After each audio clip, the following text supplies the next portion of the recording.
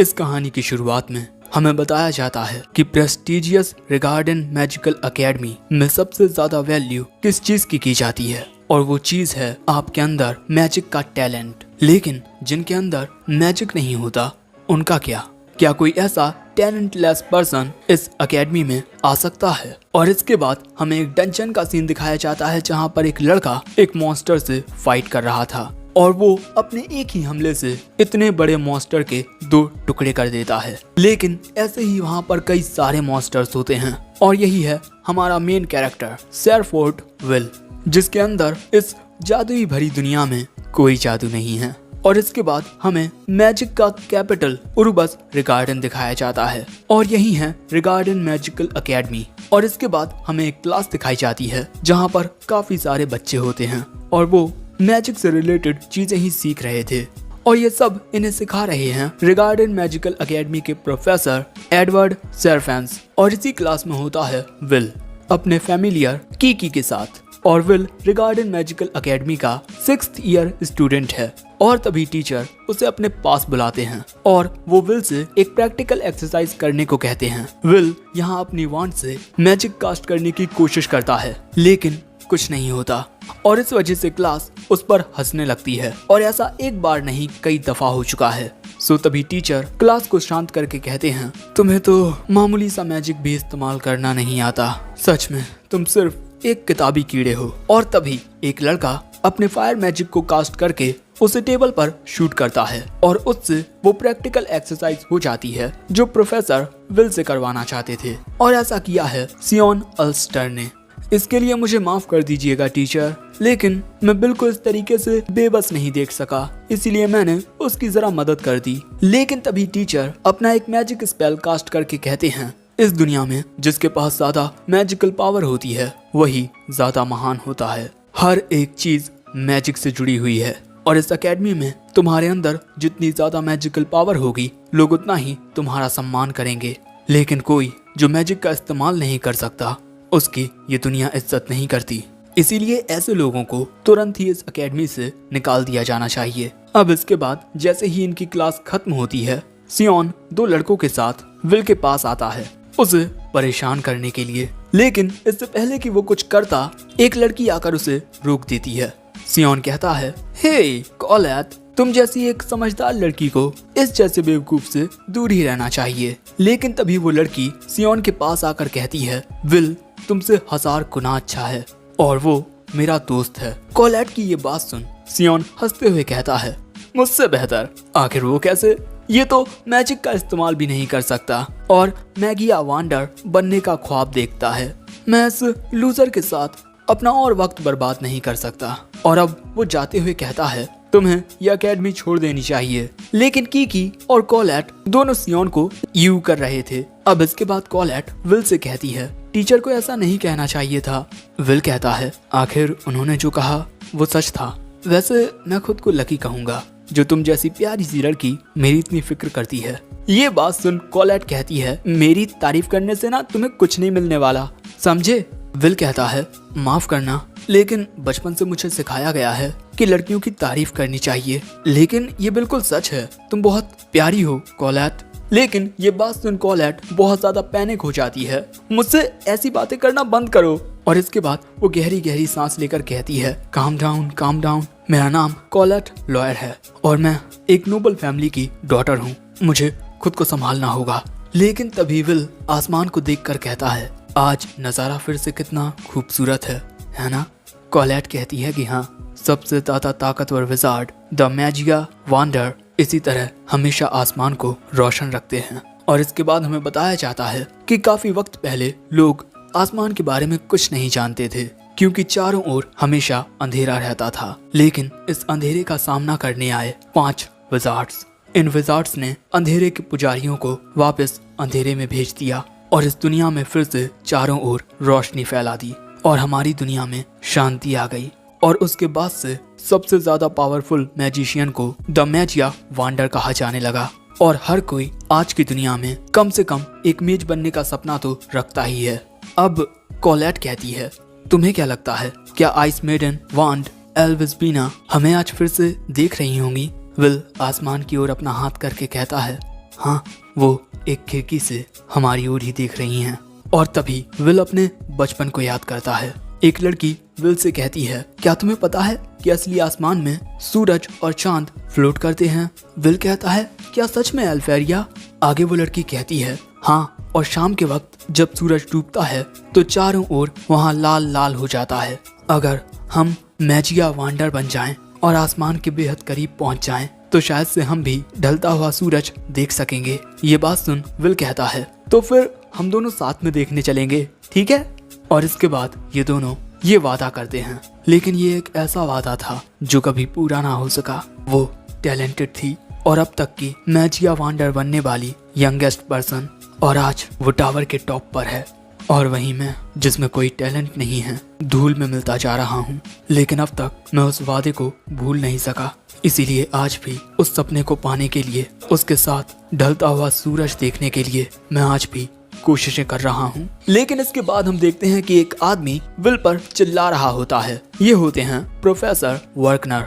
तुम मेरी इजाजत के बिना फिर से डंजन में गए थे, है ना? और वो भी अकेले 7th फ्लोर पर। क्या तुम मरना चाहते हो? सो विल प्रोफेसर से माफी मांगने लगता है। सो प्रोफेसर कहते हैं, तुमने वहाँ लगभग 2 मॉन्स्टर्स को मारा है। और इस बात से विल बहुत खुश हो जाता है क्योंकि मॉन्स्टर्स को मारकर उसे कुछ तो मिलेगा। लेकिन तभी प्रोफेसर कहते हैं, तुम अब भी मैजिया वांडर बनने का सपना देखते हो, लेकिन ऐसा करने के लिए तुम्हें प्रैक्टिस, राइटिंग और स्पेल वर्क में माहिर होना होगा। लेकिन क्योंकि तुम मैजिक का इस्तेमाल नहीं कर सकते, इसीलिए तुम कभी भी स्पेल वर्क को नहीं सीख पाओगे। और सिर्फ 2 फील्ड में माहिर होने से तुम कभी भी मैजिया वांडर नहीं बन पाओगे। ये बात सुन मानो विल का दिल टूट जाता है। प्रोफेसर आगे कहते हैं, तुम्हारा ग्रेजुएट होना ही बहुत मुश्किल है और तुम मैजिया वांडर बनने का सपना देखते हो। तुम्हारे रिसेंट एग्जाम्स में तुम्हें कोई भी क्रेडिट्स नहीं मिले और इसीलिए तुम्हें 1 हफ्ते के अंदर 4 क्रेडिट्स को अर्न करना होगा। और ये हफ्ता खत्म होने में सिर्फ 2 दिन बचे हैं।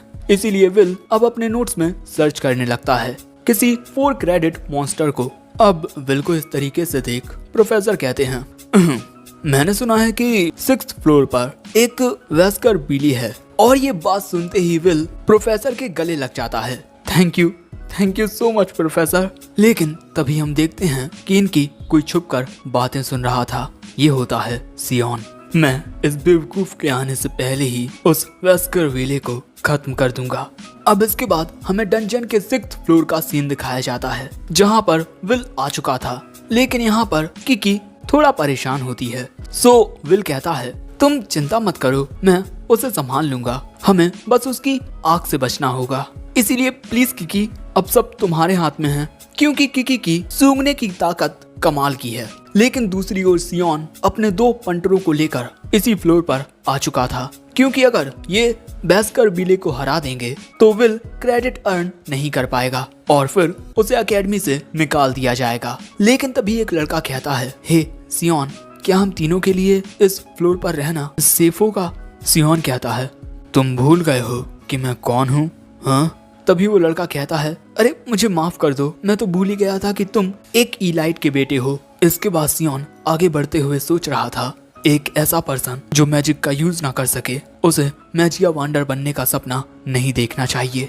वो एकेडमी में रहने के लायक नहीं है। लेकिन तभी अचानक उन दोनों में से एक लड़के के ऊपर हमला होता है और वो सीधा दीवार से जाकर टकराता है। और ये हमला किया था एक बहुत ही बड़े मॉन्स्टर ने। उसे देख ये दूसरा लड़का घबरा जाता है और जोर से चिल्लाता है। उसके चिल्लाने की आवाज ये दोनों सुन लेते हैं और अब ये दोनों तेजी से उसी ओर जाने लगते हैं। जाते हुए विल सोचता है कि क्या किसी मॉन्स्टर ने किसी इंसान पर हमला किया है। और इसके बाद वो उस जगह पर आकर देखता है कि सियोन एक बहुत ही बड़े मॉन्स्टर पर हमला कर रहा था, लेकिन उसके हमलों का उस मॉन्स्टर पर कोई असर नहीं होता। और ये एक इविल सेंटिनल है और ये बहुत ही ज्यादा खतरनाक होते हैं। लेकिन ये इस फ्लोर पर क्या कर रहा है? ये तो गहराई वाले फ्लोर्स पर होते हैं और सियोन के मैजिक का इस पर कोई असर नहीं हो रहा है। वो मॉन्स्टर लगातार सियोन की ओर आगे बढ़ रहा है, जो देख विल कहता है, सियोन इससे कभी नहीं जीत पाएगा, मुझे उसकी मदद करनी होगी। लेकिन क्या मुझे इसे बचाने के लिए जाना चाहिए?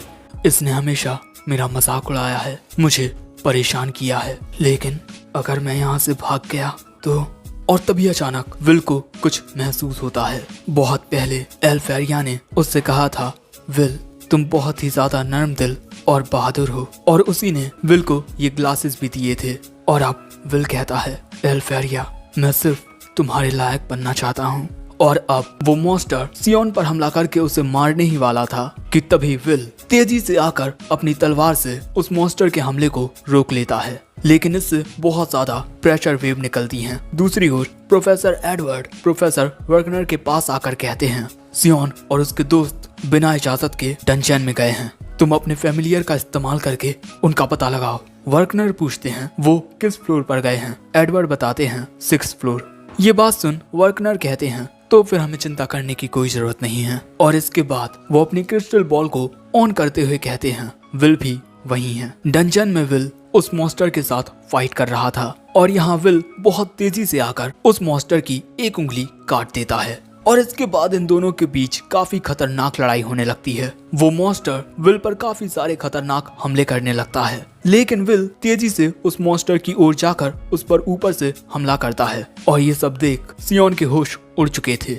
और प्रोफेसर एडवर्ड विल को इस तरीके से लड़ते हुए देख बहुत हैरान थे। सो तभी वर्कनर उन्हें बताते हैं कि विल बहुत अनोखा है, उसके पास सुपर ह्यूमन स्ट्रेंथ है, साथ ही एक बहुत स्ट्रॉन्ग बॉडी, और इसी के साथ वो अपने दुश्मन की चालों को भी काफी जल्दी भांप लेता है। और यहाँ जब ये मॉन्स्टर विल पर अपना खतरनाक हमला करता है, तभी विल उसके हमले से बचकर अपनी तलवार से उसके एक हाथ को काट देता है। और अब वर्कनर कहते हैं कि भले से ही विल मैजिक का यूज ना कर सके, लेकिन वो इस जादुई दुनिया में एक लौता योद्धा है। और इसके बाद विल उस मॉन्स्टर की तलवार उठाकर उस पर हमला करने के लिए तैयार हो जाता है। दूसरी ओर वो मॉन्स्टर भी अपनी पूरी मैजिकल पावर से विल पर एक बहुत ही ज्यादा खतरनाक हमला करता है, लेकिन विल उस तलवार से उसके मैजिकल हमले को रोकते हुए अपना पूरा जोर लगाकर एक स्लैश करता है, और उस मॉन्स्टर के 2 टुकड़े हो जाते हैं, और वो मॉन्स्टर यहाँ मारा जाता है। और इस हमले से बहुत ही ज्यादा प्रेशर क्रिएट होता है। उस मॉन्स्टर को हराने के बाद विल सियोन के पास आता है और उसकी ओर अपना हाथ बढ़ाकर कहता है, तुम ठीक तो हो ना। लेकिन दूसरी ओर एडवर्ड इस बात को मानने से मना कर देते हैं कि इस जैसा एक मैजिक लेस लड़का आखिर इतना काबिल कैसे हो सकता है, और इसके बाद वो यहाँ से चले जाते हैं। लेकिन अगले दिन प्रोफेसर वर्कनर विल को बहुत गुस्से में घूरे जा रहे थे, और इसके बाद वो उसे 10 क्रेडिट्स दे देते हैं। आखिर उसने इतने भयानक मॉन्स्टर को जो हराया है, और इससे विल बहुत ही ज्यादा खुश हो जाता है। और आखिर में हमसे कहा जाता है कि ये कहानी है एक ऐसे लड़के की जो इस दुनिया को बदल कर रख देगा। एक ऐसी कहानी जिसमें वांड और स्वॉर्ड आपस में मिलते हैं, विस्टोरिया। सो दोस्तों, तुम्हें क्या लगता है, क्या विल एल्फेरिया के साथ किए अपने वादे को पूरा कर पाएगा? मैजिक न आने के बावजूद भी क्या वो एक मैजिया वांडर बन पाएगा?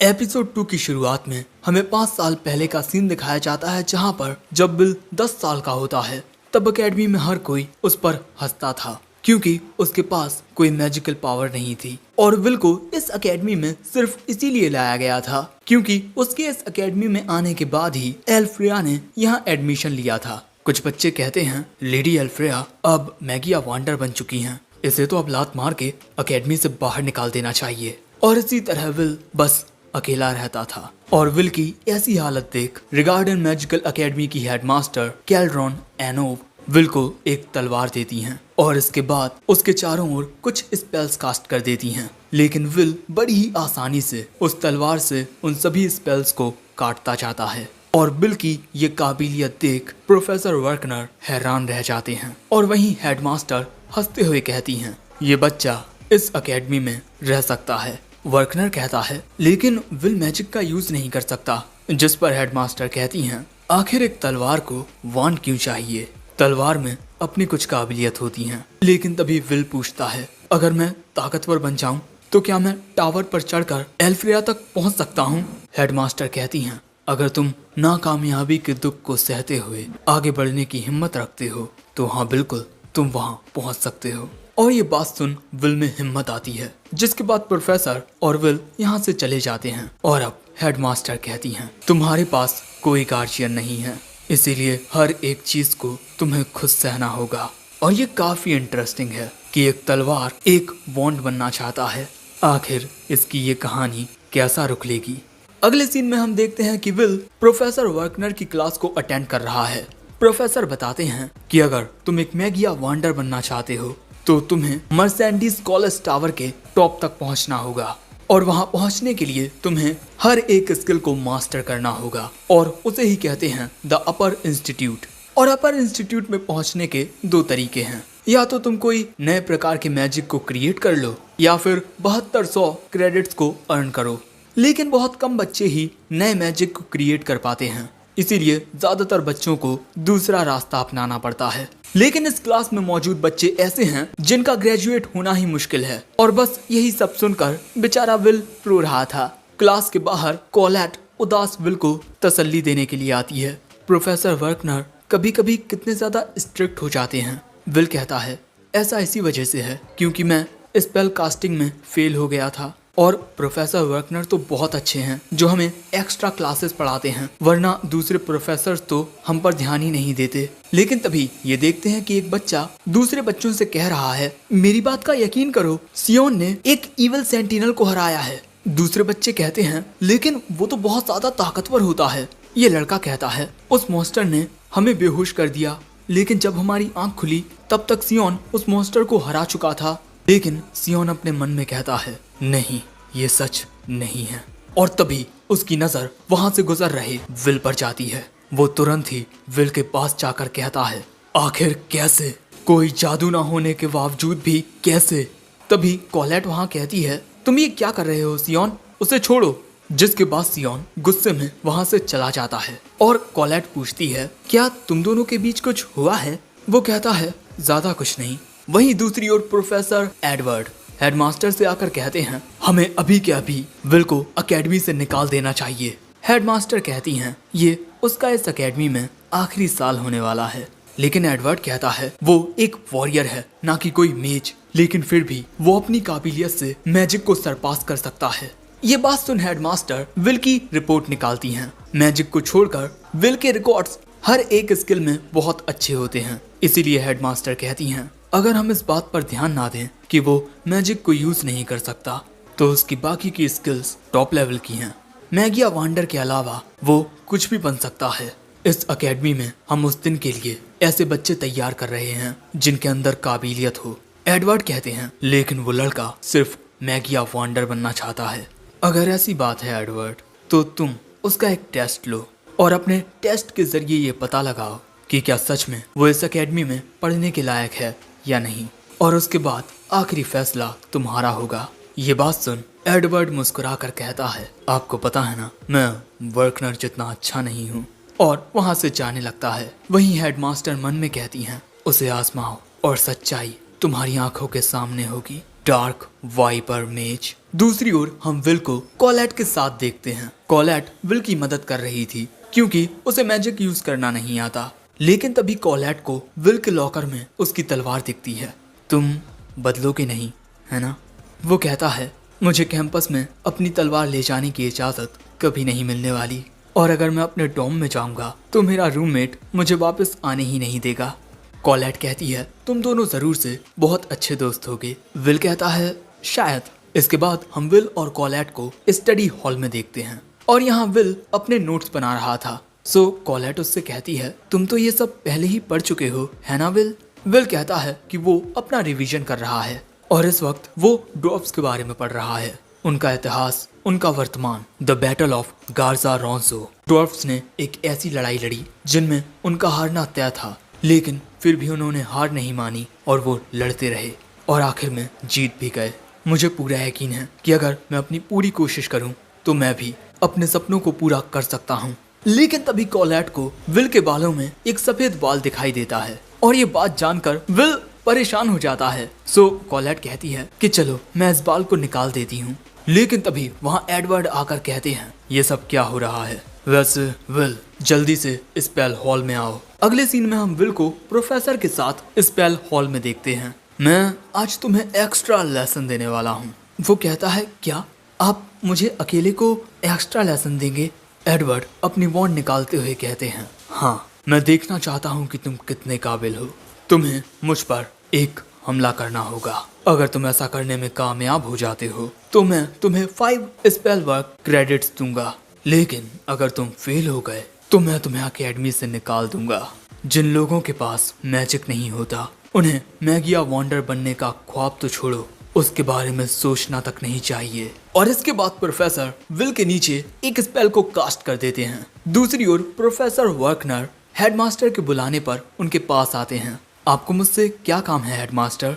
तभी हेडमास्टर अपने मैजिक से अपने पीछे एक ऐसा स्पेल कास्ट करती हैं जिसके जरिए ये विल और एडवर्ड की फाइट देख सकें। ये सब देख वर्कनर बहुत ज्यादा हैरान हो जाते हैं, लेकिन हेडमास्टर कहती हैं इस वक्त एडवर्ड विल का टेस्ट ले रहा है और तुम उसे नहीं रोकोगे। मैं जानती हूँ कि तुम्हें विल की बहुत फिक्र होती है, लेकिन एडवर्ड की चिंता भी जायज है। इसीलिए मैंने ये तय किया है कि मैं एडवर्ड को विल का एक टेस्ट लेने दूंगी, जिसके जरिए एडवर्ड को पता चलेगा कि विल मैगिया वंडर बनने के लायक है या नहीं। वर्कनर कहते हैं आखिर आप विल का मुकाबला एडवर्ड से कैसे करा सकती हैं? वो मैगिया वंडर बनने के सबसे ज्यादा करीब है, वो टावर के टॉप पर पहुंच चुका है। वहीं एडवर्ड विल पर लगातार हमले किए जा रहा था, लेकिन ये सारे हमले लो लेवल स्पेल्स के होते हैं। यहाँ विल दौड़ते हुए एडवर्ड के पास जाकर उसे किक करने की कोशिश करता है, लेकिन एडवर्ड के बैरियर की वजह से उसे कुछ नहीं होता। और इसके बाद एडवर्ड एक बड़े स्पेल से विल को दूर फेंक देता है, जिससे विल का चश्मा भी टूट जाता है। विल और एडवर्ड की ताकत के बीच एक बहुत बड़ा अंतर होता है। विल एडवर्ड को एक खनुज तक नहीं पहुंचा पा रहा। तभी एडवर्ड कहता है मैं इस लड़ाई में सिर्फ 2 स्पेल्स का यूज करूंगा, ब्लैक फ्लेम्स तुम्हें जलाने के लिए और मेरा बैरियर तुम्हारे हमलों से बचने के लिए। लेकिन इसके बाद एडवर्ड अपने डार्क फ्लेम्स के स्पेल को रेप्लिकेट करके कास्ट करता है, जिससे इनकी तादाद बहुत बढ़ जाती है। विल यहाँ से भागने की कोशिश करता है, लेकिन एडवर्ड के बस कुछ हमलों की वजह से ही वो दूर जाकर गिरता है। और इसके बाद एडवर्ड के ये डार्क फ्लेम्स लगातार विल को हिट करते रहते हैं,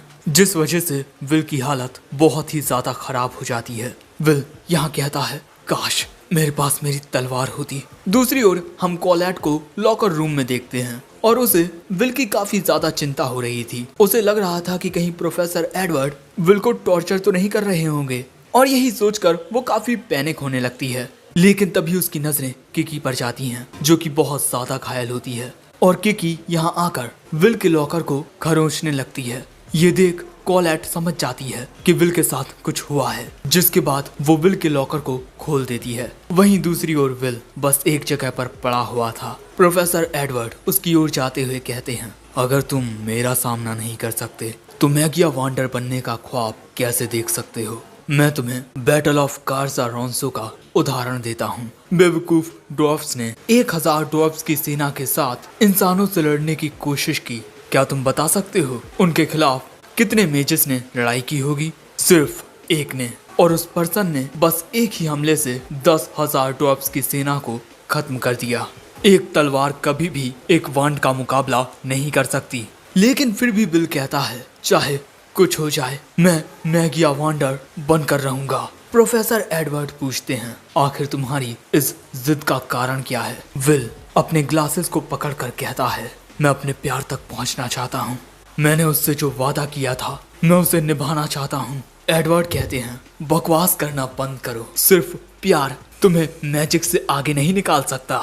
लेकिन विल कहता है भले से ही आपको मेरी ये बातें बकवास लगें, लेकिन मैंने उससे वादा किया था कि मैं उसके साथ ढलते हुए सूरज को देखूंगा। और तभी वहां कॉलेट आकर विल की ओर उसकी तलवार फेंकती है। विल अपनी तलवार को पकड़ता है और इसके बाद अपने ग्लासेस को पहनकर अपनी तलवार निकालता है और एडवर्ड का मुकाबला करने के लिए तैयार हो जाता है। अब ये देख प्रोफेसर विल पर हमला करते हैं, लेकिन अपनी तलवार से विल उस हमले को काट देता है। ये देख प्रोफेसर को गुस्सा आता है और इसके बाद वो पूरे स्पेल हॉल में अपनी ब्लैक फ्लेम्स को फैला देते हैं। और ये देख विल घबराते हुए कहता है इन आग की लपटों में मैं फिर से चलने वाला हूँ।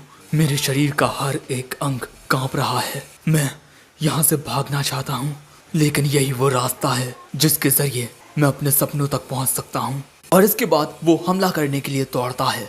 तभी प्रोफेसर भी अपने हर एक स्पेल से विल पर शूट करते हैं, लेकिन विल कुछ हमलों से बचता हुआ कुछ हमलों को काटता हुआ आगे बढ़ता रहता है। और एक आवाज हमें बताती है बैटल ऑफ गार्जारोंसो की कहानी अभी खत्म नहीं हुई। एक बहादुर ड्वार्फ जनरल जिसका नाम गारेथ था, वो अपने सभी साथियों को खोने के बाद भी लड़ता रहा और उसने अपनी पूरी ताकत से मैगिया वांडर को एक मुक्का मारा।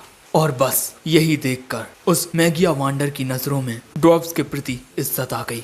और यहाँ विल एडवर्ड के हमलों से बचता हुआ एडवर्ड की ओर कूदता है और उसके बैरियर को तोड़कर उस पर एक हमला करता है, जिससे प्रोफेसर एडवर्ड को एक खरोंच आ जाती है। जिसके बाद प्रोफेसर विल को 5 क्रेडिट्स, लेकिन जैसे ही कोलैट विल के पास आकर उसे देखती है, विल बेहोश हो चुका था। और अब ये सब देखने के बाद प्रोफेसर वर्कनर कहते हैं तो आखिरकार वो इस टेस्ट में पास हुआ। हेडमास्टर कहती हैं हाँ, और उसने एक ही हमले से एडवर्ड की शील्ड को तोड़ दिया। उस बच्चे में बहुत हुनर है। वहीं आखिर में हमें विल का रूममेट दिखाया जाता है जो विल के लिए खाना बना रहा था और देखकर क्यों लगता है कि इस विल से प्यार है। और इसके बाद ये विल के आने का इंतजार करने लगता है। इसका नाम है नॉर्मन रोस्टी। वैसे ये एपिसोड यहीं एंड होता है।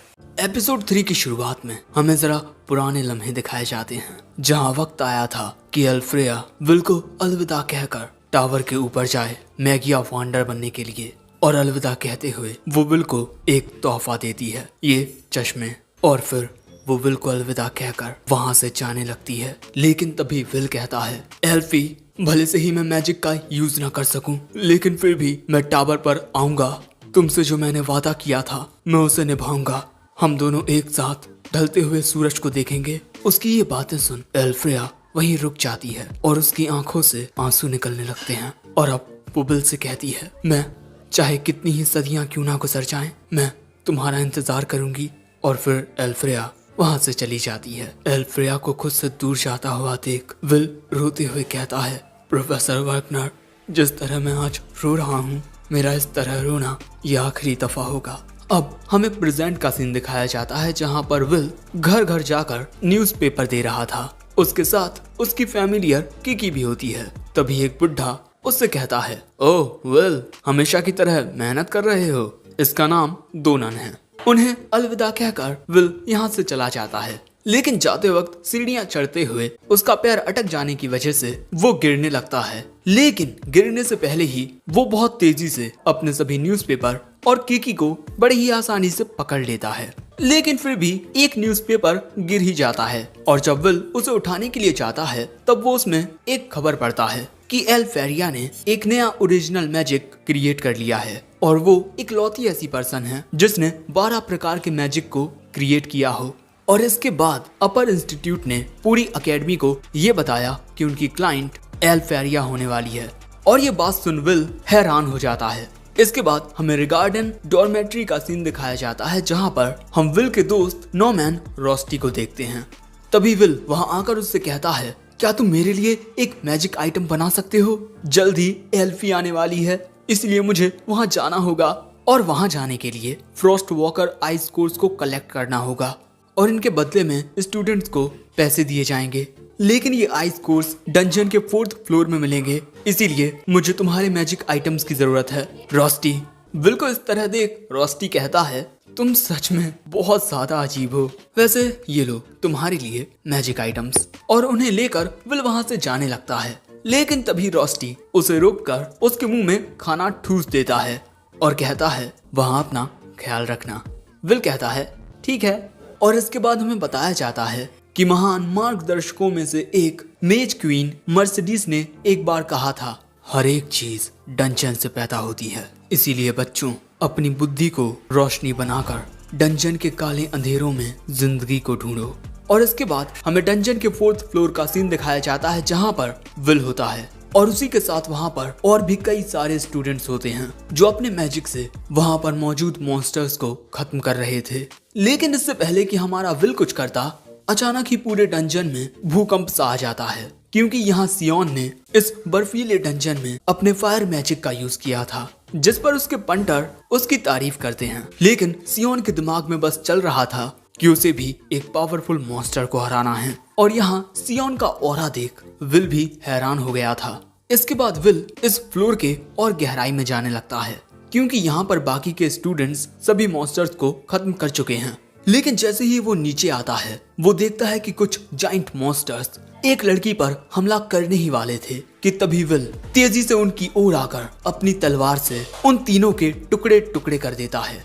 जो देख ये लड़की हैरान हो गई थी और उसे कुछ समझ नहीं आता कि अभी अभी यहाँ पर क्या हुआ, क्योंकि विल ने तो किसी टाइप के मैजिक का यूज किया ही नहीं, उसने एक तलवार का यूज किया। तभी विल पूछता है तुम्हें कोई चोट तो नहीं आई?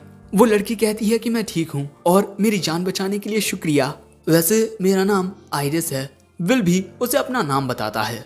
अगले सीन में हमें क्लास का सीन दिखाया जाता है जहाँ पर प्रोफेसर वर्कनर बच्चों को बता रहे थे कि अगर कोई स्टूडेंट किसी नए टाइप के मैजिक को क्रिएट कर लेता है तब वो आसानी से अपर इंस्टीट्यूट में जा सकता है और नए मैजिक का नाम अक्सर उन्हें बनाने वाले या उसके टाइप के हिसाब से रखा जाता है। जैसे डार्क मैजिक स्पेल को डेक्स डार्बिकेंस कहा जाता है और इसका नाम इसको क्रिएट करने वाले एंशियंट टाइम के एक मैजिशियन फायर वॉचमैन डार्बिकेंस के नाम पर रखा गया है। मेरे कहने का मतलब बस ये है कि अगर तुम में से कोई किसी नए मैजिक को क्रिएट कर लेता है तब उसका नाम भी इतिहास के पन्नों में लिखा जाएगा। लेकिन तभी एक लड़की पूछती है प्रोफेसर नए मैजिक को क्रिएट करना बहुत ही ज्यादा मुश्किल होता है, तो क्या करंट की मैजिया वांडर एल्फेरिया इतनी ज्यादा बेहतर हैं? प्रोफेसर बताते हैं कि हाँ वो बहुत ही ज्यादा बेहतर है। आज तक के इतिहास में किसी भी एक पर्सन ने 12 नए मैजिक स्पेल्स को क्रिएट नहीं किया है। इसी वजह से उसे इस दुनिया में पैदा हुए महान मैजिशियंस में से एक माना जाता है। और दोस्तों इसी के साथ हमें ये भी पता चलता है कि आइस मैजिक सबसे ज्यादा पावरफुल होता है। तभी यहाँ कॉलेट कहती है विल की वो बचपन की दोस्त कितनी ज्यादा टैलेंटेड है और विल हमेशा उस तक पहुँचने की कोशिश करता रहता है। सो तभी उसकी दोस्त कहती है कहीं तुम्हें लेडी एल्फेरिया से जलन तो नहीं हो रही, क्योंकि विल हमेशा उसके बारे में सोचता है। सो कॉलेट चिल्लाकर कहती है ऐसा कुछ नहीं है, लेकिन उसके चिल्लाने की वजह से प्रोफेसर उसे डांट लगाते हैं। लेकिन इसके बाद कॉलेट कहती है विल डंजन में फिर से इसी की वजह से गया है। दूसरी ओर हम विल और आइरिस को एक साथ देखते हैं। आइरिस ने विल के बारे में बहुत कुछ सुना होता है, जैसे वो एक किताबी कीड़ा है और उसे मैजिक का यूज करना नहीं आता। और आइरिस विल की जूनियर है क्योंकि वो 4th ईयर में पढ़ती है और विल 6th ईयर में।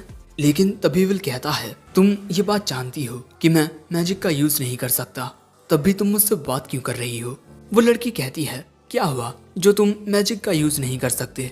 हर किसी में उनकी अलग अलग काबिलियत होती है और इन सब के अलावा तुमने मेरी जान बचाई है। और दोस्तों यहाँ आइरिस भी उसी जॉब को पूरा करने आई है जो मैगिया वांडर एल्फेरिया ने सभी स्टूडेंट्स को दी है और उसका सपना भी आसमान तक पहुँचने का है। और ऐसा इसी वजह से है क्योंकि आज तक इस दुनिया में शायद ही किसी ने असली आसमान को देखा होगा और ये जो आसमान है वो मैजिया वांडर की मैजिकल एनर्जी की वजह से बना हुआ है। लेकिन ये आसमान नकली है जिसे द ग्रेट बैरियर कहा जाता है। कुछ कहानियों में कहा गया है कि जब ये बैरियर टूटेगा तब इस दुनिया में फिर से चारों ओर अंधेरा छा जाएगा और फिर से इस दुनिया में कयामत आएगी। लेकिन उसी कयामत को रोकने के लिए हर एक स्टूडेंट खुद को ताकतवर बनाना चाहता है। लेकिन तभी आइरिस विल को बताती है कि वो पहले ही एल्फेरिया से मिल चुकी है। एक बार वो गलती से डंजन की बहुत गहराई में गिर गई थी, उस अंधेरी जगह पर जहाँ सिर्फ मॉन्स्टर्स भरे हुए थे। मेरे बचने की कोई उम्मीद नहीं थी, लेकिन अगले ही पल में वो सारे मॉन्स्टर्स बर्फ में जम गए क्योंकि वहाँ साक्षात द मैगिया वांडर एल्फेरिया आ गई थी। और वो आइरिस को उठाकर उससे कहती है अगली बार अपना अच्छे से ख्याल रखना। और उसी लम्हे को याद करते हुए आइरिस काफी ज्यादा एक्साइटेड होने लगती है और वो एल्फेरिया के लिए ही इस जॉब को पूरा करना चाहती है। लेकिन तभी विल नोटिस करता है कि किकी एक दूसरी ओर जा रही है और इसके बाद किकी विल को इशारा करके कुछ बताती है। तभी आइरिस विल के पास आकर पूछती है आप क्या कर रहे हो सेनपाई? वो बताता है जब फ्रॉस्ट वॉकर चलते हैं तब वो अपने पीछे बर्फ के टुकड़े छोड़ते जाते हैं। और यहाँ विल को ये बात पता चल जाती है कि इनके सामने एक काफी पावरफुल मॉन्स्टर है और वो यहाँ पर इसी वजह से छुपा हुआ है ताकि कोई उसे ढूंढ ना सके। आइरिस पूछती है आप तो मैजिक का यूज कर ही नहीं सकते, फिर आपको ये सब कैसे पता चला? वो कहता है मैजिक बहुत जरूरी होता है लेकिन डंजन के अंदर नहीं, और इसके अलावा मेरे पास थोड़ी नॉलेज भी है और सबसे ज्यादा जो चीज मायने रखती है वो होता है अनुभव। और अगले ही पल में इनके ऊपर एक हमला होता है, एक बहुत बड़े जाइंट मॉन्स्टर का। लेकिन विल खुद को और आइरिस को उस हमले से बचा लेता है और यहाँ उस जाइंट मॉन्स्टर को देख आयरिस के होश उड़ जाते हैं। और यहाँ विल कहता है, जैसा मैंने सोचा था, ये बहुत ज्यादा ताकतवर है। और दोस्तों हमें पता चलता है कि ये मॉन्स्टर एक फ्रॉस्ट रेस्क है, फ्रॉस्ट वॉकर का सबसे हाईएस्ट फॉर्म, और इसको हराने का मतलब है 6 क्रेडिट्स को अर्न करना। लेकिन तभी ये मॉन्स्टर इनके ऊपर हमला कर देता है और दोस्तों इसका ये हमला बहुत ही ज्यादा खतरनाक होता है, लेकिन विल आसानी से उसके हमले से बच जाता है। लेकिन यहाँ आइरिस विल को उससे लड़ने से रोकती है, क्योंकि इस मॉन्स्टर पर फिजिकल अटैक्स का कोई असर नहीं होता। इसको छूने वाली हर एक चीज जम जाती है और इसे सिर्फ लॉन्ग रेंज मैजिक अटैक से ही हराया जा सकता है। लेकिन विल उस मॉन्स्टर का सामना करने का मन बना चुका था। यहाँ वो रोस्टी के मैजिक आइटम का यूज करता है और इसके बाद जब वो मॉन्स्टर विल पर हमला करता है तब विल उसके हमले से बचता हुआ बहुत ही स्टाइल में उस मॉन्स्टर के नीचे से जाता हुआ ना जाने क्या कर रहा था। लेकिन इस वजह से उस मॉन्स्टर को गुस्सा आने लगता है और वो चारों ओर हमले करने लगता है, जिस वजह से आइरिस एक जगह आकर छुप जाती है। दूसरी ओर विल तेजी से दौड़ता हुआ उस मॉन्स्टर के ऊपर रोस्टी का मैजिक आइटम फेंकता है और वो आइटम किसी हुक की तरह उस मॉन्स्टर के एक बॉडी पार्ट से जाकर अटक जाता है। और इसके बाद विल उस मॉन्स्टर के नीचे से होता हुआ उसके ऊपर जाकर उसे इसी तरह से बार बार बांधने लगता है। विल उस मैजिक आइटम से उस मॉन्स्टर को अच्छे से जकड़ लेता है और इसके बाद एक जगह रुककर कहता है, फ्रॉस्ट रेस्क आग के खिलाफ बहुत कमजोर पड़ जाते हैं। और तभी वो मॉन्स्टर पूरी तरीके से जकड़ा होने के बाद भी अपना सबसे ज्यादा पावरफुल हमला करता है, जिससे विल की बॉडी जमने लगती है। लेकिन विल उस मैजिक आइटम से ना जाने क्या करता है, जिससे उस मैजिक आइटम की रस्सी में आग लगने लगती है और इसी तरह वो आग उस रस्सी के साथ साथ उस मॉन्स्टर में भी लगने लगती है। और जैसे ही वो आग उस हुक तक पहुंचती है, वहां एक बहुत ही ज्यादा बड़ा धमाका होता है और एक ही बार में वो मॉन्स्टर मारा जाता है, जिससे बहुत ही ज्यादा प्रेशर क्रिएट होता है। लेकिन धमाके का धुआं हटने के बाद उस मॉन्स्टर के टुकड़ों के सामने सिर्फ विल होता है, जो रोस्टी के मैजिक आइटम को देखकर कहता है, सच में ये हर बार मेरी बहुत मदद करता है। लेकिन विल की काबिलियत देखने के बाद आइरिस मन में कहती है, तो ये है वो मैजिक ना यूज करने वाला लड़का। लेकिन इसके बारे में जैसी मैंने अफवाहें सुनी थी, ये उनसे बिल्कुल अलग है। आखिर मैं इसके बारे में रिपोर्ट कैसे दूंगी। लेकिन तभी विल उस मॉन्स्टर के मैजिक कोड को लेकर कहता है, आइरिस अब हमें यहाँ से चलना चाहिए। और आइरिस भी कहती है, ठीक है। वैसे इसके बाद हमें द विजार्ड टावर का सीन दिखाया जाता है, जहाँ आइरिस आ रही थी। जैसा मैंने सोचा था, वो लड़का जरा भी वैसा नहीं था। वो अपने अनुभव से युद्ध के तख्ते को पलट कर रख सकता है और भले से ही वो कोई मेज ना हो, लेकिन वो एक माहिर योद्धा है। और इसके बाद आइरिस एक बड़े से दरवाजे को खोलती है और दरवाजे के उस पार कुछ बड़ी सी राजगद्दियों पर कुछ शख्स बैठे हुए थे और आइरिस उनके सामने झुकी हुई थी। और ये सभी हैं द मैगिया वांडर्स। आइरिस कहती है, कहीं मेरे आने से आपको परेशानी तो नहीं हुई। कैरियट इंसिंडिया वाइसमैन कहता है, हम बस एक मीटिंग कर रहे थे कि अगर बैरियर टूट गया तो इस दुनिया पर किस तरह कयामत आएगी। दूसरा बंदा कहता है, आसमान के दूसरी ओर से द सेलेस्टियल होस्ट्स हम पर हमेशा अपनी नजरें लगाए हुए हैं। ये लड़की कहती है, हमें उस दिन के लिए काबिल लोगों की जरूरत है। तो वॉचर, क्या तुम्हें कोई काबिल शख्स मिला?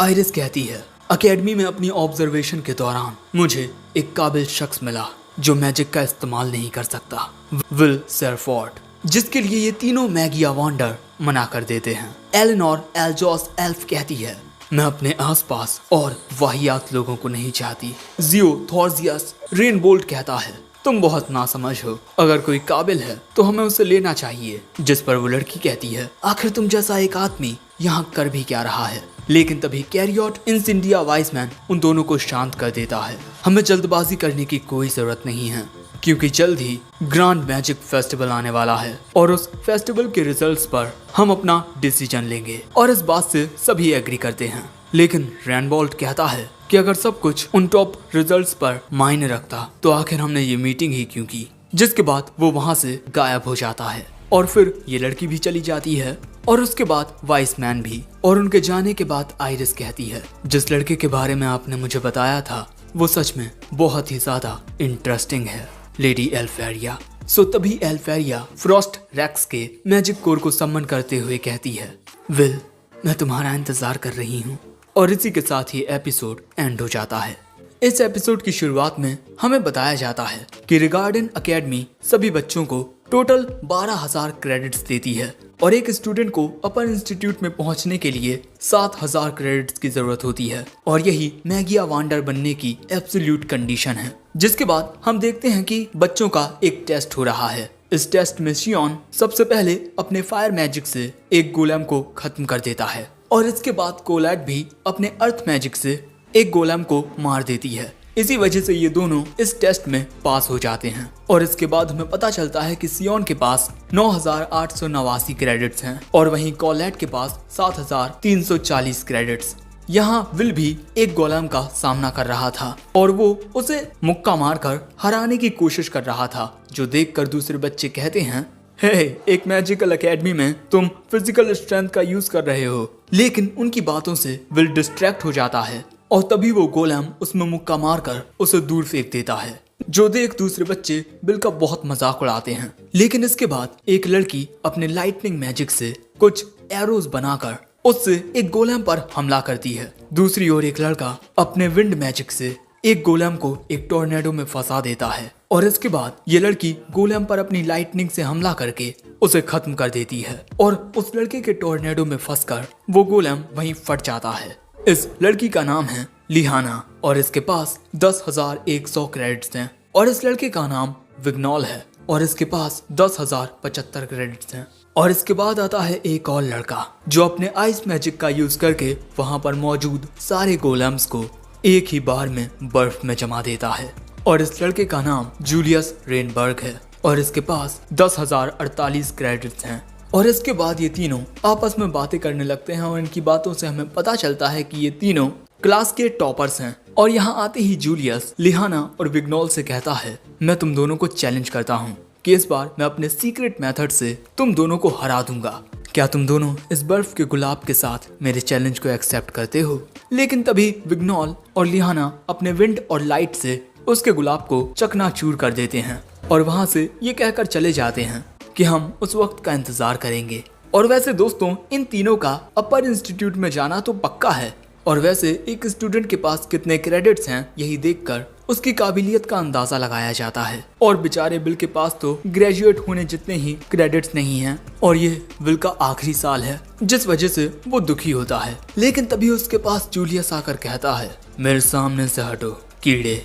इसके बाद जूलियस के पंटर उसकी तारीफ करने लगते हैं, तुम सच में बहुत ही ज्यादा टैलेंटेड हो, तुमने एक ही बार में वहां पर मौजूद सारे गोलेम्स को खत्म कर दिया और अब जल्द ही द ग्रैंड मैजिक फेस्टिवल आने वाला है। इसके बाद खाना खाते वक्त कोलैट विल से कहती है, तुम्हें भी ग्रैंड मैजिक फेस्टिवल में हिस्सा लेना चाहिए क्योंकि अपर इंस्टीट्यूट में पहुंचने के लिए तुम्हें 7200 क्रेडिट्स की जरूरत पड़ेगी। विल कहता है, तुम सही कह रही हो, लेकिन हर एक स्टूडेंट ग्रैंड मैजिक फेस्टिवल के लिए बहुत ही ज्यादा उतावला होता है। The grand magic festival Regarden academy में होने वाला एक ऐसा इवेंट जो हर 2 साल में होता है, जिसमें स्टूडेंट्स को काफी चुनौतियों का सामना करना पड़ता है और इसी के साथ दूसरे टावर फैक्शंस के स्टूडेंट्स के साथ भी इनका मुकाबला होगा। पहला faction the lightning lord's wand थॉर्जियस फेस्के, दूसरा द फ्लेम एम्परर्स वांड इंसिंडिया वारहम, द सेक्रेड एल्फ वांड इलीफ कानन और the ice maiden's wand Elvis पीना और आखिर में आता है द लाइट सोवरेंस वांड मास्टीरियस नोआह, वो मैजिया वांडर जो इन चारों फैक्शंस को लीड करता है। और अगर उन चारों फैक्शंस में से कोई एक तुम्हें चुन लेता है तब तुम एक टावर मेंबर बन जाओगे और इसी के साथ द ग्रैंड मैजिक फेस्टिवल में वॉचर्स भी होंगे जो बहुत ही ज्यादा टैलेंटेड होते हैं। विल कहता है, वॉचर्स? ये तो एकेडमी के 7 किस्सों में से एक है और इसके अलावा मैं तो बस ऑपरेशंस में सपोर्ट करूंगा और इसके अलावा अगर मैंने उस इवेंट में हिस्सा लिया तो वो किसी स्पोर्ट्स इवेंट की तरह लगेगा और अपने सेकेंड ईयर के दौरान मैं उस फेस्टिवल में बहुत कुछ देख चुका हूँ। उस साल लोगों ने मुझे बहुत गालियाँ दी क्योंकि उनके मुताबिक मैंने रूल्स को तोड़ा था। इसके बाद हम बाकी के बच्चों को देखते हैं जो ग्रैंड मैजिक फेस्टिवल के लिए बहुत ज़्यादा एक्साइटेड होते हैं और यही सब देखते हुए कोलैट विल से कहती है, रिगार्डन के अलावा भी दूसरे कैपिटल से काफ़ी सारे स्काउट्स आएंगे, तो भले से ही अगर हम टावर में ना जा सकें लेकिन हम अपने भविष्य के लिए कोई दूसरा रास्ता चुन सकते हैं। विल कहता है, इस फेस्टिवल में आपके पास एक बढ़िया मौका होता है कि आप दूसरों को अपनी काबिलियत दिखा सको और अब कोलेट फिर से कहती है, विल तुम्हें भी इस फेस्टिवल में हिस्सा लेना चाहिए। विल कहता है, अरे मैंने कहा ना, मैं तो मैजिक का भी यूज नहीं कर सकता। लेकिन तभी कोलेट को कुछ महसूस होता है। वो विल को बताती है कि यहाँ पर एक बैरियर को कास्ट किया गया था, शायद से मैं इस बैरियर को अपने मैजिक से तोड़ सकूं। लेकिन यहाँ कोलेट इस बैरियर को किकी की मदद से बहुत ही आसानी से तोड़ देती है और इसके बाद इन्हें पता चलता है कि ये एक खुफिया रास्ता होता है और अंदर से इन्हें कुछ आवाजें आ रही थीं। और दोस्तों इसके बाद हम देखते हैं कि यहाँ नीचे बच्चों के बीच जुएबाजी हो रही है। दाव लगाए जा रहे हैं कि ग्रैंड मैजिक फेस्टिवल में कौन जीतेगा। विल और कोलेट यहाँ आकर ये सब देखने लगते हैं। और दोस्तों इस गैम्बलिंग के बारे में प्रोफेसर को कुछ नहीं पता। और यहाँ पर सियोन भी होता है अपने पंटरों के साथ। वो विल को देख कहता है, तुम यहाँ क्या कर रहे हो। लेकिन तभी कोलेट कहती है, चिल्लाकर बात करने की कोई जरूरत नहीं है। लेकिन तभी विल पूछता है कि तुम यहाँ क्या कर रहे हो सियोन। विल के पंटर कहते हैं, तुम आखिर ये क्यों जानना चाहते हो कि सियोन यहाँ पर ये जानने के लिए आया था कि किस पर कितना दाव लगाया जा रहा है। और वैसे सियोन के दिमाग में ना ये ख्याल कभी नहीं आता कि क्लास के टॉप 3 स्टूडेंट्स आखिर उसे भाव क्यों नहीं देते।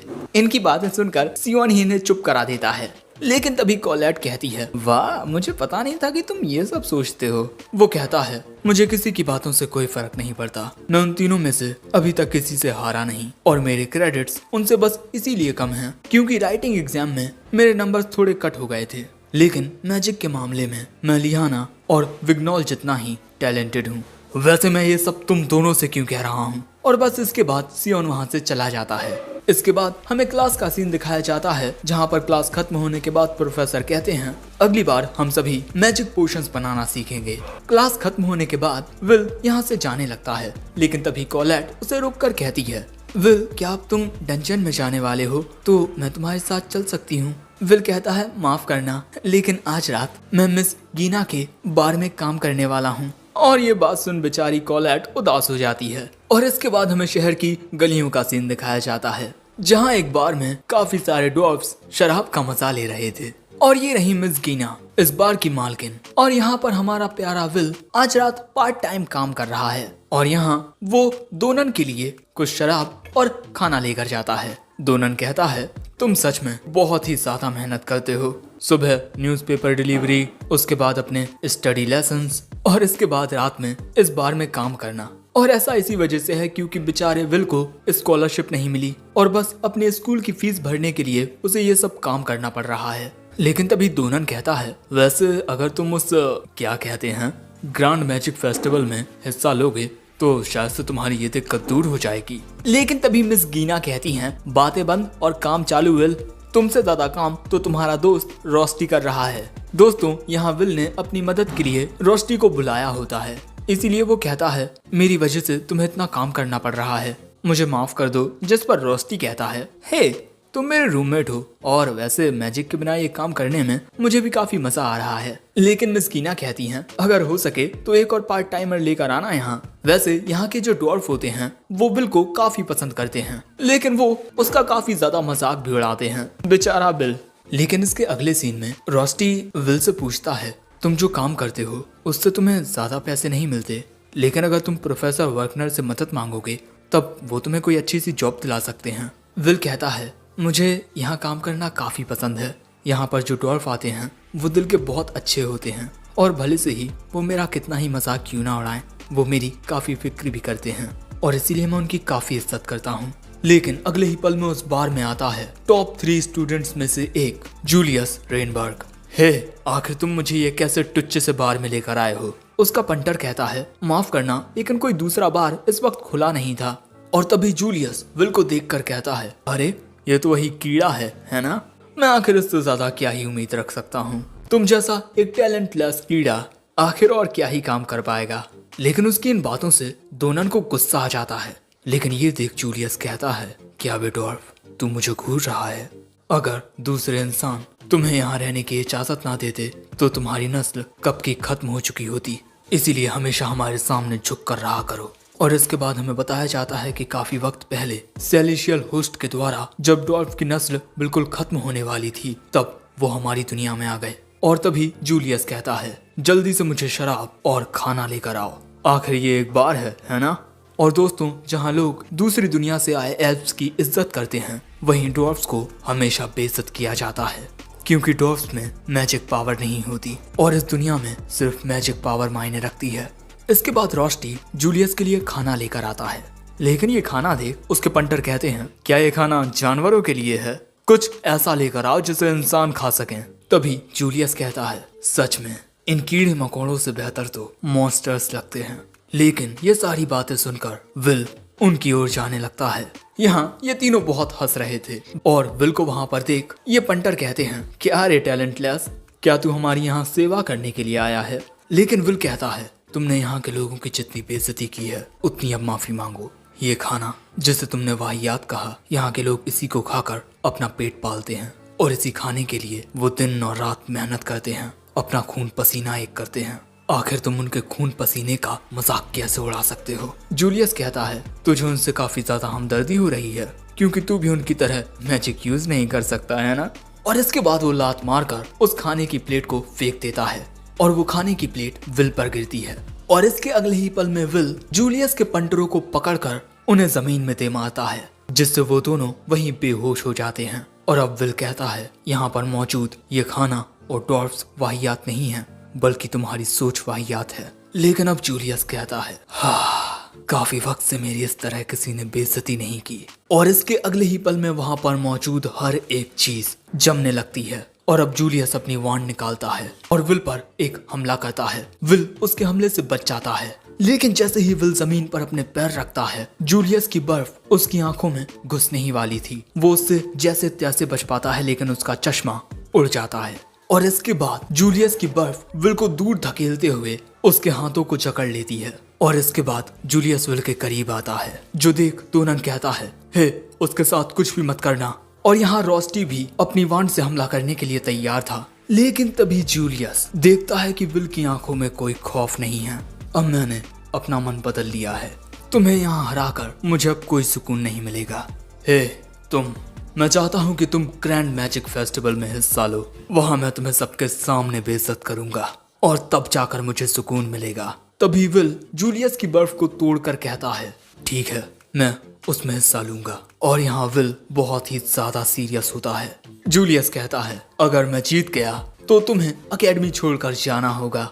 विल कहता है, ठीक है, लेकिन अगर मैं जीता तब तुम्हें मिस्टर डोनन और बाकी सबसे माफी मांगनी होगी। और बस इसी चैलेंज के साथ ये एपिसोड एंड हो जाता है। एपिसोड 5 की शुरुआत में हम विल को देखते हैं, जो तैयार हो रहा था द ग्रेट मैजिक फेस्टिवल के लिए। दूसरी ओर हेडमास्टर बच्चों को एक इशारा करती हैं और इसके बाद जादुई धमाकों के साथ ये फेस्टिवल शुरू होता है, द ग्रैंड मैजिक फेस्टिवल। और इसी के साथ हमें एक रेस भी दिखाई जाती है, जो कुछ स्टूडेंट्स के बीच हो रही थी। और इस रेस को स्टेडियम में मौजूद सभी लोग एक मैजिकल क्रिस्टल बॉल के जरिए देख पा रहे थे। और तभी स्टेडियम में आ जाती है इस मैच को जीतने वाली लिहाना ओवेन सॉस, जो देख कुछ बच्चे बात करने लगते हैं, जैसा कि हमने सोचा था इस स्काई रेस को लिहाना नहीं जीता। और यहाँ पर हर किसी की नजर काबिल स्टूडेंट्स पर थी, जिनको दूसरी टीम्स अपने ग्रुप में शामिल कर सकें। और दोस्तों, इस फेस्टिवल में बाहर से भी कई मैजिशियंस आते हैं और इसी बारे में आइरिस हेडमास्टर से बात कर रही थी। वैसे इसके बाद अनाउंसमेंट होती है कि मिस परफेक्ट लिहाना इस रेस को जीत चुकी है।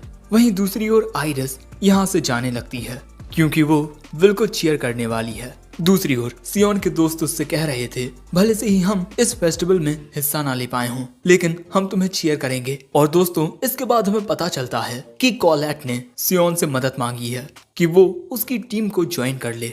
और सियोन इसी बारे में सोच रहा है। अब आखिरकार कॉलेट को ये बात समझ आ ही गई कि उसे मुझ जैसे किसी जिम्मेदार इंसान की जरूरत है। आफ्टर ऑल, मैं उस विल से बहुत ज्यादा बेहतर हूँ। लेकिन जैसे ही वो उस जगह पर आता है, वो कॉलेट के साथ विल को देखता है। और दोस्तों, विल यहाँ इसी वजह से है क्योंकि इस फेस्टिवल में हिस्सा लेने के लिए आपकी टीम के पास कुल मिलाकर 21,000 क्रेडिट्स होने चाहिए। और सियोन को कॉलेट ने इनकी टीम में इसीलिए इनवाइट किया है ताकि विल इस फेस्टिवल में हिस्सा ले सके। सो सियोन पूछता है, आखिर तुम इस फेस्टिवल में हिस्सा क्यों ले रहे हो? लेकिन तभी अचानक सियोन के पीछे जूलियस आ जाता है और यहाँ सियोन देखता है कि जूलियस विल को देखकर अजीब ढंग से मुस्कुराते हुए जा रहा है। और अब कॉलेट सियोन को बताती है कि विल और जूलियस के बीच कुछ हुआ है इसीलिए विल इस बार इस फेस्टिवल में हिस्सा लेना चाहता है। लेकिन यहाँ सियोन को विल पर बहुत गुस्सा आ रहा था। हर बार उसे विल की वजह से शर्मिंदगी का सामना करना पड़ता है। दूसरी ओर हम एक बंदे को देखते हैं जो इस फेस्टिवल में कमेंट्री देने वाला है, माइक माउस, और उसका साथ देंगे अकेडमी के नंबर 1 प्रोफेसर जिनसे हर कोई नफरत करता है, प्रोफेसर एडवर्ड। और इसी वजह से बेचारा माइक डरा हुआ है क्योंकि प्रोफेसर एडवर्ड से निकलने वाला ऑरा उसे डरा रहा है। लेकिन इसी घबराहट के साथ वो कमेंट्री करना शुरू करता है। और इसके बाद हम कुछ एल्फ लड़कियों को देखते हैं जो एक साथ मिलकर एक काफी बड़े मैजिक स्पेल को क्रिएट करती हैं। और ये बड़ा स्पेल 5 स्पेल से मिलकर बना है, जिसके बाद ये स्पेल पूरे स्टेडियम को चारों ओर से घेर लेता है। और इसके बाद ये लड़कियां इस स्पेल को एक्टिवेट करती हैं, मैग्ना टूरस रिंग हुल। और इन स्पेल्स के एक्टिवेट होते ही हमें बताया जाता है the volcano zone, the badland zone, the marshland zone, the grassland zone and the Woodland zone. और इसके बाद हमें बताया जाता है कि ये एक ऐसा इवेंट है जिसमें आप तभी हिस्सा ले सकते हैं जब आपकी टीम में 3 लोग हों और सभी टीम एक दूसरे का सामना करते हुए आगे बढ़ेंगी। और जैसा कि आप सभी देख सकते हैं कि इस स्टेडियम के बीच में एक ताज है और जो टीम इसे पहले हासिल करेगी वही जीतेगी। लेकिन इसे पाने के रास्ते में हर एक टीम को बहुत सी चुनौतियों का सामना करना होगा। हर एक तरह की फील्ड से गुजरते हुए, वहां पर बिछे जालों से बचते हुए, वहां के मॉन्स्टर्स का सामना करते हुए इन्हें स्टेडियम तक पहुंचना होगा। और यहाँ पर आप दूसरी टीम्स को मुसीबतों में उलझाकर भी आगे बढ़ सकते हैं। ग्रैंड मैजिक फेस्टिवल में होने वाले सभी इवेंट्स में से ये इवेंट सबसे ज्यादा मशहूर है। आगे प्रोफेसर एडवर्ड बताते हैं इस इवेंट को डंजन में आने वाली दिक्कतों को मद्देनजर रखते हुए ही अच्छे तरीके से बनाया गया है। इस इवेंट में जो भी स्टूडेंट्स पार्टिसिपेट करेंगे वो काफी अव्वल दर्जे के होंगे। और वैसे मुझे ये कहना तो नहीं चाहिए, लेकिन विग्नोल लिंडोर और जूलियस रेनबर्ग की टीम पर जुएबाजी में सबसे ज्यादा दाव लगाया गया है। साथ ही मैंने भी अपने सारे पैसे विग्नोल की टीम पर लगाए हैं। और इस इवेंट की सबसे अनपॉपुलर टीम नंबर 6। और बस विल का चेहरा देखते ही हर कोई उस पर हंसना शुरू कर देता है। आखिर ये इस इवेंट में हिस्सा क्यों ले रहा है? इसे तो कोई जादू भी नहीं आता। और जैसे ही प्रोफेसर वर्कनर सभी टीम्स में विल की टीम को देखते हैं, वो कहते हैं, विल क्या तुम इस इवेंट में हिस्सा लेने वाले हो? मैंने तुम्हें ऐसा करने से मना किया है ना? लेकिन यहाँ विल कहता है, माफ करना प्रोफेसर, लेकिन मैं इस इवेंट को जीतना चाहता हूँ। और ये कहने के बाद विल यहाँ से जाने लगता है। और अब आप सभी का इंतजार खत्म होता है। The most popular event the crown attack अब शुरू होने वाला है। अब जैसे ही इवेंट शुरू होता है, हम देखते हैं कि काफी सारे बड़े बड़े बॉक्सेस अचानक ही अपना रूप बदलकर बड़े बड़े गोलेम्स में तब्दील हो जाते हैं। और इन गोलेम्स की तादाद बहुत ज्यादा होती है। दूसरी ओर विल को देखकर बस हर कोई उसका मजाक ही उड़ा रहा था। लेकिन तभी कॉलैट अपना एक मैजिक स्पेल कास्ट करती है, जिस वजह से विल का एक हाथ किसी पत्थर के जैसा हो जाता है। और इसके बाद विल एक पंच मारता है, जिस वजह से एक गोलेम काफी सारे गोलेम से टकराता हुआ उस ड्रोन के ऊपर जाकर गिरता है, जिससे स्टेडियम में सब कुछ दिखाई दे रहा था। और धमाका होते ही उसकी गूंज स्टेडियम में भी जाती है। और जो लोग विल का मजाक उड़ा रहे थे वो ये देखकर हैरान रह जाते हैं। और अचानक ही स्टेडियम में से लोगों के चिल्लाने की आवाजें आने लगती हैं। और दोस्तों, यहाँ पर विल अपनी बॉडी पर मैजिक की लेयर्स बनाकर फाइट कर रहा है, जिस वजह से इस इवेंट के रूल्स का भी उल्लंघन नहीं हो रहा है। और दोस्तों, यहाँ पर विल गोलेम्स की पूरी सेना को साफ कर चुका है। और इसी तरह विल आगे बढ़ना जारी रखता है। लेकिन विल ने अब तक जो जो किया है वो सब याद करते हुए सियोन खुद से कहता है, उसने मेरी जान बचाई थी, उसके द्वारा बचाए जाने से अच्छा होता कि मैं मर जाता। मैं ये शर्मिंदगी नहीं सह सकता। इस शर्मिंदगी से बचने के लिए मैंने खुद को बेहतर बनाने की बहुत कोशिश की, लेकिन फिर भी वो मुझसे बहुत ज्यादा बेहतर है। वैसे पहली रुकावट का सामना करते हुए अब विल की टीम बैडलैंड जोन पर आ जाती है। और उनके वहां आते ही वहां पर मौजूद गोलेम बॉक्सेस एक्टिवेट होकर उनके ऊपर बड़े बड़े पत्थरों से हमला करने लगते हैं। सो तभी विल जमीन में एक मुक्का मारकर एक पत्थर की दीवार बना लेता है उन गोलेम्स के हमलों से बचने के लिए। इसके बाद कॉलैट अपने एक दूसरे मैजिक स्पेल का यूज करते हुए काफी सारी स्वॉर्ड्स को क्रिएट कर देती है, जिन्हें उठाकर विल उन गोलेम्स की ओर फेंकने लगता है। और इस वजह से वो गोलेम तबाह होने लगते हैं। और देखते ही देखते इनके सामने मौजूद सारे गोलेम्स तबाह हो जाते हैं। लेकिन एक गोलेम अभी भी बच जाता है, लेकिन इसे विल एक तलवार उठाकर काट देता है। और तुम लोग देखो क्या ही सीन है ये, जहाँ विल स्टाइल में खड़ा है और यहाँ विल की टीम ने इस दूसरी रुकावट का सामना भी कर लिया है और विल की टीम काफी तेजी से आगे बढ़ रही होती है, जो देख सभी हैरान होते हैं। और तभी प्रोफेसर एडवर्ड कहते हैं ये सारा कमाल उसकी नॉलेज और एक्सपीरियंस का है जो उसने अब तक गेन किया है। और यहाँ पर आइरिस चिल्लाते हुए कहती है विल सेनपाई डू योर बेस्ट। दोस्तों इस वक्त विल की टीम सबसे ज्यादा आगे होती है। तभी एक दूसरी टीम का बंदा कहता है हम उस टैलेंटलेस लड़के से हार नहीं सकते। लेकिन तभी अचानक इसकी टीम का एक लड़का वहीं गिर जाता है और अगले ही पल में इनके पीछे कुछ मॉन्स्टर्स आ जाते हैं। ये कुछ प्लांट मॉन्स्टर्स होते हैं जो इन तीनों को अपने टेंटिकल में फंसाकर इन्हें खा जाते हैं। और इसके बाद हमें बताया जाता है कि हर एक जोन में काफी सारे ट्रैप्स हैं, लेकिन फिर भी इन सभी चुनौतियों का सामना करते हुए विल की टीम सबसे ज्यादा आगे होती है। और बस यही सब सुनकर जूलियस का दिमाग खराब होने लगता है। लेकिन दोस्तों जूलियस भी एक ही बार में उसके सामने मौजूद सारे गोलेम्स को जमा चुका था। लेकिन तभी उसके टीम के साथ ही कहते हैं जूलियस अगर ऐसा ही चलता रहा तो उस कीड़े की टीम जीत जाएगी। लेकिन तभी जूलियस मुस्कुरा कर कहता है इसमें कोई भी दिक्कत नहीं है। दूसरी ओर हम देखते हैं कि विल की team final area the enchanted woods तक पहुंच जाती है। लेकिन उनके यहाँ पहुंचते ही काफी सारे स्पेल्स एक्टिवेट हो जाते हैं। ये एक टाइप का चेन मैजिक होता है और यहाँ पर विल इन सभी सर्कल्स को काटने लगता है, यानी कि अपनी तलवार से कैंसिल करने लगता है, जिस वजह से वो सारे मैजिक स्पेल्स वहीं फटकर मिटने लगते हैं।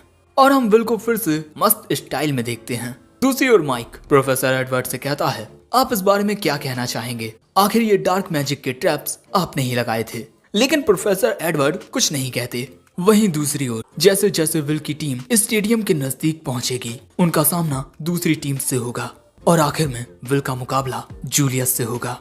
और विल उसका मुकाबला करने के लिए तैयार होता है। लेकिन जैसे ही वो जरा आगे बढ़ता है अचानक ही उसमें एक बर्फ का स्टोन आकर उसकी बॉडी के आर पार हो जाता है। लेकिन वो बाल बाल बच जाता है, उसे कोई चोट नहीं लगती। वैसे ये हमला किया होता है जूलियस ने और यहाँ विल को समझ नहीं आता कि आखिर ये इतनी जल्दी यहाँ पहुंच कैसे गया और इसके बाकी के टीममेट्स कहाँ हैं। लेकिन तभी जूलियस फिर से काफी सारे बर्फ के नुकीले पत्थर बनाकर उनसे विल की टीम पर हमला कर देता है। और जहाँ पर भी वो हमले हिट हो रहे थे वहाँ काफी सारी बर्फ जम जा रही थी। विल इन हमलों से बचने लगता है।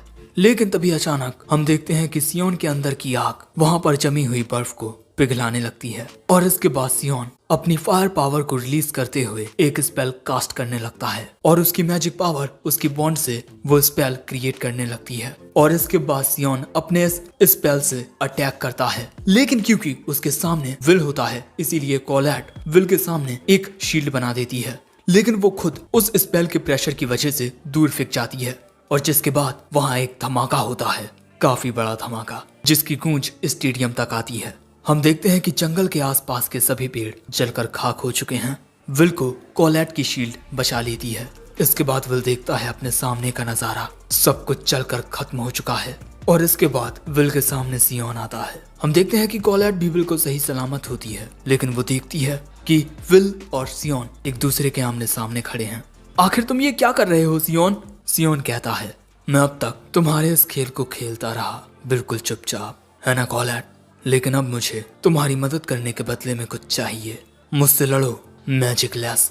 विल कहता है लेकिन मैं तुमसे क्यों लड़ूं? लेकिन सियोन विल पर हमला करना शुरू कर देता है, ये कहते हुए तुम मेरी आंखों में चुभते हो, मेरे कानों में चुभते हो, मुझे तुम्हें कुचलने के लिए कोई वजह नहीं चाहिए। इससे पहले कि कोलैट उन्हें रोकती अचानक ही उसके सामने एक बर्फ की दीवार बन जाती है। ये किया होता है जूलियस ने, जो अभी भी बिल्कुल सही सलामत होता है और वो अपने आइस मैजिक से कोलैट पर हमला कर देता है। लेकिन विल कोलैट की मदद करने नहीं जा सकता क्योंकि इस वक्त सियोन उस पर लगातार हमले किए जा रहा है और सियोन के हमले की वजह से विल की तलवार उसके हाथ से छूट जाती है। विल कहता है तुम ये क्या कर रहे हो सियोन, हमें एक दूसरे के साथ नहीं लड़ना है। लेकिन सियोन सिर्फ इतना कहता है जल्दी से अपनी तलवार उठाओ। सो अब विल भी अपनी तलवार उठा लेता है सियोन का सामना करने के लिए और अब इन दोनों के बीच एक घमासान मुकाबला होने वाला है जो शायद से सब कुछ तबाह कर देगा। और वैसे विल सियोन के साथ लड़ते हुए काफी थक जाएगा तो फिर वो जूलियस का सामना कैसे करेगा। लेकिन तभी हमें बताया जाता है कि सियोन अब तक विल को किन नजरों से देखता आया है। दूसरे बच्चे विल का बहुत मजाक उड़ाते थे क्योंकि उसमें कोई मैजिक नहीं था और बच्चों ने उसकी पीठ पर एक कागज भी चिपका दिया था जिस पर मैजिक लेस लिखा था। लेकिन सियोन उस कागज को जला देता है और कहता है मैं तुम्हें अपना अंडरलिंग बना सकता हूँ, फिर कोई भी तुम्हारा मजाक नहीं उड़ाएगा। लेकिन विल उसकी बातों पर ध्यान ना देते हुए आगे बढ़ता रहता है। सियोन उसके पास जाकर कहता है हे, मुझे इग्नोर करना बंद करो। लेकिन तभी विल बड़े अजीब ढंग से कहता है मेरे रास्ते से हट जाओ, और इसी वजह से सियोन उसे छोड़ देता है और विल यहाँ से चला जाता है। भले से ही दूसरे बच्चे हमेशा विल का मजाक उड़ाते हों, लेकिन उसने कभी उन बातों पर ध्यान नहीं दिया। वो हमेशा आगे बढ़ने के बारे में सोचता, और बस इसी दिन से सियोन को विल से नफरत हो गई। और अब हम प्रेजेंट में देखते हैं कि विल सियोन के हमलों से बचकर भाग रहा है, लेकिन सियोन विल पर हमले करना जारी रखता है। विल अपनी तलवार से सियोन के हमलों को रोकता है, लेकिन तभी सियोन अपने मैजिक से विल के पैर को पकड़ लेता है। लेकिन जैसे ही विल अपने पैर को उस पकड़ से छुड़ाता है, तभी सियोन आग का एक खतरनाक हमला करता है जो सीधा विल को लगता है। लेकिन फिर भी विल सियोन के सामने खड़ा रहता है, जो देख सियोन कहता है कब तक मेरे हमलों से बचोगे, आओ मुझ पर हमला करो। लेकिन विल कहता है नहीं, हम एक ही टीम में हैं, और अगर मैं मिस्टर डोनन और बाकी सबसे किए अपने वादे को निभाना चाहता हूँ तो मैं इस वक्त ये तुम्हारे साथ नहीं कर सकता। सियोन कहता है अगर तुम मुझ पर हमला नहीं करोगे तो मैं तुम्हें जला दूंगा, और वो फिर से विल पर हमले करने लगता है। और स्टेडियम में मौजूद हर कोई बस इसी मैच को देख रहा था कि किस तरह दो टीममेट्स आपस में ही फाइट कर रहे हैं। प्रोफेसर एडवर्ड, आप इस बारे में क्या कहना चाहेंगे? वो कहते हैं वजह कोई भी हो, लेकिन टीममेट्स का आपस में लड़ना नियमों के खिलाफ है, और ये देख मुझे जरा भी अच्छा नहीं लग रहा। लेकिन दोस्तों, हम साफ तौर से देख सकते हैं कि प्रोफेसर को बहुत मजा आ रहा है। लेकिन सियोन की ऐसी हरकत की वजह से लोगों की नजरों में उसकी इज्जत घट जाती है, और इस लड़ाई की वजह से किकी के साथ साथ रोस्टी भी काफी परेशान होता है। लेकिन तभी वहाँ पर आइरिस आ जाती है, और वो आते ही रोस्टी से कहती है काफी वक्त बाद मिल रहे हैं, है ना रोस्टी? और इसके बाद आइरिस रोस्टी के बगल में बैठकर विल को चीयर करने लगती है, जो देख रोस्टी कहता है तुम तो हमेशा भीड़ को फॉलो करने वाली शख्स हो, तो फिर विल को इतना सपोर्ट क्यों? आइरिस बताती है कि उसे विल के बारे में किसी खास इंसान ने बताया है, और पहले उसे विल में जरा भी दिलचस्पी नहीं थी, लेकिन अब वो उसे बहुत भा चुका है। वैसे दोस्तों, रोस्टी को भी विल की काफी ज्यादा चिंता हो रही थी। आखिर रोस्टी विल से बहुत ही ज्यादा प्यार करता है, और साथ ही कॉलेट भी विल से बहुत प्यार करती है। लेकिन इसके बाद हम कॉलेट को देखते हैं, जो जूलियस के बर्फीले हमलों से बचकर भाग रही थी। क्या हुआ कॉलेट? अगर तुम इसी तरह मुझसे भागती रही तब लोग समझेंगे कि तुम अर्थ प्रिंसेस कहलाने के लायक नहीं। और ये बात सुनते ही कॉलेट जूलियस के अगले हमले को रोक देती है। लेकिन तभी जूलियस के एक हमले की वजह से एक ट्रैप एक्टिवेट हो जाता है, और कॉलेट उस ट्रैप में फंस जाती है। और इसके बाद एक बहुत ही बड़ा धमाका होता है। और दोस्तों, एक बहुत ही ज्यादा चौंकाने वाली बात, स्टेडियम में मौजूद हर एक क्रिस्टल में सभी को जूलियस दिखाई दे रहा था, हर एक टीम का सामना करते हुए। और एक जूलियस विग्नोल की टीम का भी सामना करने के लिए खड़ा था, और ये होता है जूलियस का एक सीक्रेट वेपन। लेकिन तभी विग्नोल अपने मैजिक से जूलियस के नीचे एक स्पेल कास्ट कर देता है, और उस हमले की वजह से हम देखते हैं कि आखिर में वहां पर जूलियस का एक बर्फ का पुतला बचता है, जो देख विग्नोल कहता है बहुत बढ़िया जूलियस, आखिर किसने सोचा था कि जूलियस के पास कोई ऐसा पैतरा भी होगा। और इसके बाद कमेंट्री होती है, मुझे नहीं पता कि कैसे, लेकिन टीम 12 के सामने आए जूलियस को विग्नोल पल भर में ही हरा चुका है। वहीं दूसरी ओर हम स्टेडियम के ऊपर दो लड़कियों को देखते हैं, जो आपस में इसी फेस्टिवल को लेकर आपस में बातें कर रही थीं। और ये दोनों इस मैच को अच्छे से ऑब्जर्व इसीलिए कर रही हैं क्योंकि इन्हें इनकी रिपोर्ट लेडी एलेनोर को देनी है। वहीं दूसरी ओर कुछ बच्चे बातें कर रहे थे, अगर सियोन इस तरह अपने ही टीममेट के साथ ना लड़ता तब उसकी टीम जीत सकती थी। वहीं सियोन के दोस्तों को भी समझ नहीं आता कि आखिर सियोन ने ऐसा क्यों किया, वो भी इतने बड़े ग्रैंड मैजिक फेस्टिवल में। आखिर वो इतना गुस्से में क्यों है? जिस पर ये दूसरा लड़का कहता है शायद से मैं सियोन को समझ सकता हूँ, वो विल को इसीलिए एकेडमी से बाहर निकलवाना चाहता है क्योंकि विल उसके हिसाब से नहीं चलता। दूसरी ओर हम देखते हैं कि विल और सियोन एक साथ लड़ते हुए काफी थक चुके हैं, और विल को समझ नहीं आता कि आखिर क्यों सियोन उससे लड़े जा रहा है। और तभी हमें पास्ट का एक सीन दिखाया जाता है जहाँ पर विल अपनी पढ़ाई कर रहा था, लेकिन तभी कुछ बच्चे आकर उसकी सभी किताबों को उड़ा देते हैं। और बस विल को यही बात समझ नहीं आती थी कि क्यों आखिर हर कोई उसे इस तरह परेशान करता था। मुझे पता है कि मैं एक फेलर हूँ, लेकिन तुम्हें बार बार मुझे ये याद दिलाने की जरूरत नहीं। मैंने कभी किसी से कुछ नहीं मांगा, ना ही किसी से कोई उम्मीद रखी। मैं चाहता हूँ कि दूसरे बस मुझे अकेला छोड़ दें। और ऐसी ही सोच की वजह से उसने सियोन को इग्नोर किया था, साथ ही उसे उसके रास्ते से हट जाने के लिए भी कहा था। मैं अपना वक्त बर्बाद नहीं कर सकता, मुझे अपने सपने को हासिल करना है, मुझे एल्फी तक पहुंचना है। और इसी के चलते वो सियोन से दूर जाता गया। और तब से लेकर आज तक सियोन विल से नफरत करता आया है। और आज प्रेजेंट में भी सियोन अपने एक पावरफुल फायर मैजिक को कास्ट करता है, जिससे एक फायर ईगल बन जाता है। और इसके बाद वो इस ईगल को विल पर हमला करने के लिए भेज देता है, लेकिन विल हवा में उछलकर अपनी तलवार से उस ईगल का एक पंख काट देता है। और इसी मौके का फायदा उठाकर वो सियोन पर हमला करने के लिए जाता है, लेकिन तभी वो ईगल खुद को रीजनरेट करके विल पर एक फायर अटैक करता है। जैसे ही विल उस हमले से बचता है, सियोन सामने से हमला कर देता है, लेकिन विल उस हमले को अपने हाथ से रोकने लगता है और वो जैसे तैसे इस हमले को रोक भी लेता है। लेकिन अब ये दोनों बहुत ही ज्यादा थक चुके हैं। पर सियोन के साथ उसका फ्लेम गार्जियन ईगल होता है। और ये लड़ाई देखकर तो प्रोफेसर एडवर्ड भी हैरान हो जाते हैं, क्योंकि इस वक्त सियोन हाई लेवल के फायर स्पेल्स का यूज कर रहा है। यहाँ तक कि उसने एक गार्जियन को भी सम्मन कर लिया है। और इसी वजह से फायर फैक्शन स्काउट के रॉज हॉलैंड की नजर सियोन पर ही थम जाती है। सियोन काफी ज्यादा टैलेंटेड है, लेकिन वो क्लास के टॉप 3 स्टूडेंट से पीछे है। लेकिन कोई नहीं बता सकता कि एक स्टूडेंट में कितना पोटेंशियल है। जब हमें लगता है कि कोई स्टूडेंट एक मामूली सी चिड़िया है, तभी अचानक वो एक बाज में तब्दील हो जाता है। और इसी मैच को देख रहे हैं ऊपर से फ्लेम एम्परर्स वांड, कैरियट इंसिंडिया वाइसमैन। वहीं बैटलफील्ड में हम देखते हैं कि सियोन की आग की वजह से वो जगह बहुत ही ज्यादा गर्म हो चुकी है। और यहाँ सियोन कहता है, क्या तुम में इतनी ही ताकत थी? आलसी लड़के, उस इविल सेंटिनल को हराते वक्त तुम इससे ज्यादा बेहतर थे। लेकिन यहाँ विल फिर से कहता है, मुझे समझ नहीं आ रहा कि मैं और तुम आखिर लड़ क्यों रहे हैं। आखिर तुम ऐसा कैसे कह सकते हो? मुझे सभी के सामने इतना बेइज्जत करके आखिर तुम ऐसा कैसे कह सकते हो? तो आखिर अब तुम मेरा सामना करने के लिए क्यों नहीं आते? तभी विल कहता है, मैंने तुमसे लड़ने के बारे में कई दफा सोचा है, लेकिन इस वक्त मुझे जूलियस को हराना है। तुम्हारा यही बर्ताव मुझे अंदर से नोचता है। इतना सब होने के बाद भी तुम हार नहीं मानते।